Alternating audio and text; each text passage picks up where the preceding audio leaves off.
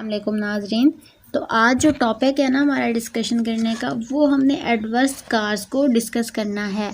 अब adverse scar कौन कौन से होते हैं? नॉर्मली हमने पढ़ा था स्कार की मैचुरेशन होती है, स्कार की मैचुरेशन से जो है वुंड हीलिंग हो जाती है एंड देन मैच्योर हो जाता है।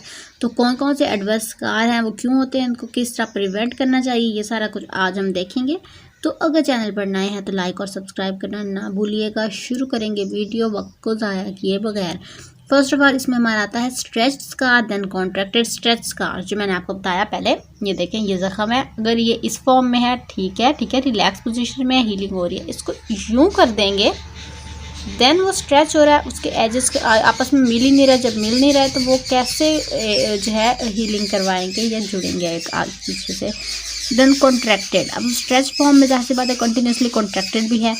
पिगमेंट अल्ट्रेशन हो गई, अगर contour deformity, tattooing, stitch marks, hypertrophic scar या फिर किलोइड स्कार। अब इनमें से इनको डिटेल भी हम देख लेंगे, सारा कुछ इनका देखते हैं वन बाय वन। तो शुरू करेंगे। First of all normal mature scar, उसकी ग्रोथ पैटर्न और कॉज देख लेते हैं। देन हम इमेच्योर और हाइपरट्रॉफिक और किलोइड की तरफ जाएंगे। नॉर्मल जब स्कार होता है ना तो वो हाइपो होता है या फिर हाइपर पिगमेंटेड होता है, और फर्स्ट ऑफ ऑल वो फ्लैट होता है ताकि उसकी प्रॉपर हीलिंग हो रही हो। ठीक है, ये रहा। उसके बाद हमारे पास आता है ग्रोथ। अब नॉर्मल जो मेच्योर स्कार होता है उसकी ग्रोथ कॉन्ट्रैक्ट होती है स्लोली ओवर टाइम, ऐसा ऐसा हो रही होती है। हमने देखा था 1 ईयर तक भी जाता है ये सारा प्रोसेस। उसके बाद टिश्यू रिपेयर भी, ये सारा कुछ नॉर्मल होता है। उसके बाद अगर हम इमेच्योर की बात करें इसके मुकाबले में, तो वो रेड शो होगा। ठीक है, अब जिस तरह अगर मैंने ये वाली एग्जांपल दी तो इस फॉर्म में जाहिर सी बात है वो जख्म भरेगा नहीं, तो वो रेड फॉर्म में ही रहेगा ना। स्लाइटली एलिवेटेड होगा, ब्रूजिंग हो जाएगी उस पर, सम टाइम इची भी होगा, पेनफुल भी होगा सम टाइम। उसके बाद turn into mature scar, immature वाला मैच्योर में कन्वर्ट हो जाएगा। ठीक है, क्योंकि अभी वो इमेच्योर है, देन मैच्योर में कन्वर्ट हो जाएगा ग्रोथ के साथ। नॉर्मल टिश्यू रिपेयर होगा। ठीक है, अब हम आ जाते हैं मैच्योर देख लिया, और इमेच्योर मैच्योर में कैसे कन्वर्ट होता है वो भी देख लिया। अब हाइपरट्रॉफिक और किलोइड जो कि मोस्ट इंपॉर्टेंट एडवर्स स्कार्स हैं, इनको देखते हैं हम वन बाय वन। अब जो हमारे पास हाइपरट्रॉफिक होता है ना, उसमें ये होता है कि आपका हाइपरट्रॉफिक में raised, itchy, painful, confined to its border. Raised भी होता है, इची भी होता है, बहुत पेनफुल होता है। इची में तो हल्की फुल्की मतलब कह सकते हैं बंदा इरिटेशन कॉज, लेकिन जब जहाँ लफ्ज़ पेनफुल हो रहा है तो ये ज़्यादा ही एबनॉर्मल है। उसके बाद सेल्फ लिमिटेड ग्रोथ होती है इसकी, बट टेक मैनी ईयर्स। इसको जो है मेच्योर होने में, प्रॉपर ग्रोथ में ईयर्स लग जाते हैं।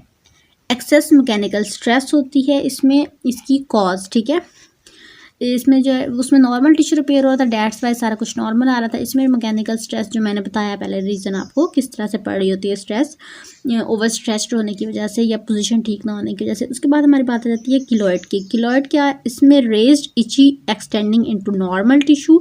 इसके अलावा कंटिन्यूड ग्रोथ रिकर्स, इसमें कुछ भी नॉर्मल नहीं हो रहा होता। जेनेटिक प्रेडिस्पोजिशन होती है जिसकी वजह से माइनर ट्रॉमा हो रहा होता है। अब किलोइड्स और हाइपरट्रॉफिक स्कार्स को हम डिटेल में पढ़ लेते हैं। ये शॉर्ट क्वेश्चन के हिसाब से इंपॉर्टेंट है, ये वाला टेबल आपने ज़रूर करना है। इसके अलावा ये लिस्ट ऑफ स्कार भी कर लेनी है। इसके किलोइड और हाइपरट्रॉफिक को भी थोड़ा बहुत पता होना चाहिए। Keloid is defined as the abnormal scar. ठीक है, इतना हमें पता है, that grow beyond the boundaries of the original site of the skin injury. Normal जो साइट होती है वहाँ नहीं, बल्कि उससे हट के इसकी ग्रोथ होती है। Keloid have the clinical appearance of raised amorphous growth and the frequently associated with pruritus and the pain. अच्छा, आपने इसमें मैं इजी कर देती हूँ इसे। ग्रोथ हो रही है away from the normal site. इसके अलावा अगर हम इसकी बात करें पेरेंट्स की, उस मॉर्फस ग्रोथ है, इसके अलावा पेनफुल है ये। ठीक है, ये 3 पॉइंट हो गए हमारे किलोइड के। Scanning electron microscopy reveal a number of distinguishing feature including the random organised collagen ठीक नहीं है, और एक हेडिंग दे देनी है माइक्रोस्कोपिक एग्जामिनेशन। देन आपने लिख देना कोलेजन ठीक नहीं है, कोलेजन बंडल अरेंज ठीक नहीं है, पैरेलल टू स्किन अरेंज हुए हुए हैं। उसके बाद हम बात कर लेते हैं हाइपरट्रॉफिक की। ये 2 बातें उसमें से आपने याद रखनी है जो मैंने आपको हाईलाइटेड बताई हैं।